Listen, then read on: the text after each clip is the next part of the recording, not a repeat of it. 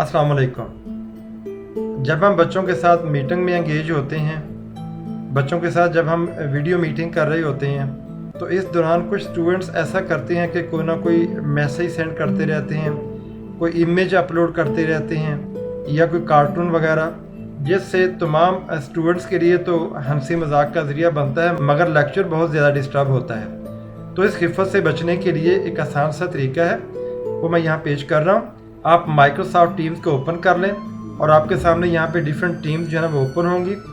इसमें से किसी एक टीम में आप चले जाएं, उसको आप ओपन करें और ये जो आपकी उस टीम की मैसेजिंग वॉल है ये ओपन हो जाएगी। आप इसके बिल्कुल राइट अपर कॉर्नर के ऊपर यहाँ पे देखिए, यहाँ पे 3 डॉट्स वाली लाइन बनी हुई है। इसको आप क्लिक करेंगे तो यहाँ पे मैनेज चैनल को क्लिक कर दें, ये ओपन हो जाएगा।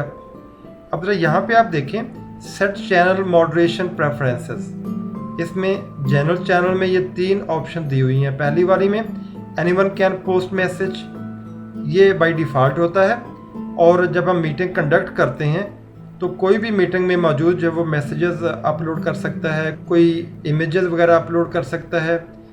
तो उससे बचने के लिए आपको चाहिए कि जो लास्ट वाली ऑप्शन है इसको क्लिक कर दीजिए, only owners can post messages. ये तब आपने करना है जब आपने वीडियो मीटिंग करनी है स्टूडेंट्स के साथ। तो उससे पहले ये आप काम कर लें, उसके बाद आप अपनी वीडियो मीटिंग कंडक्ट करें।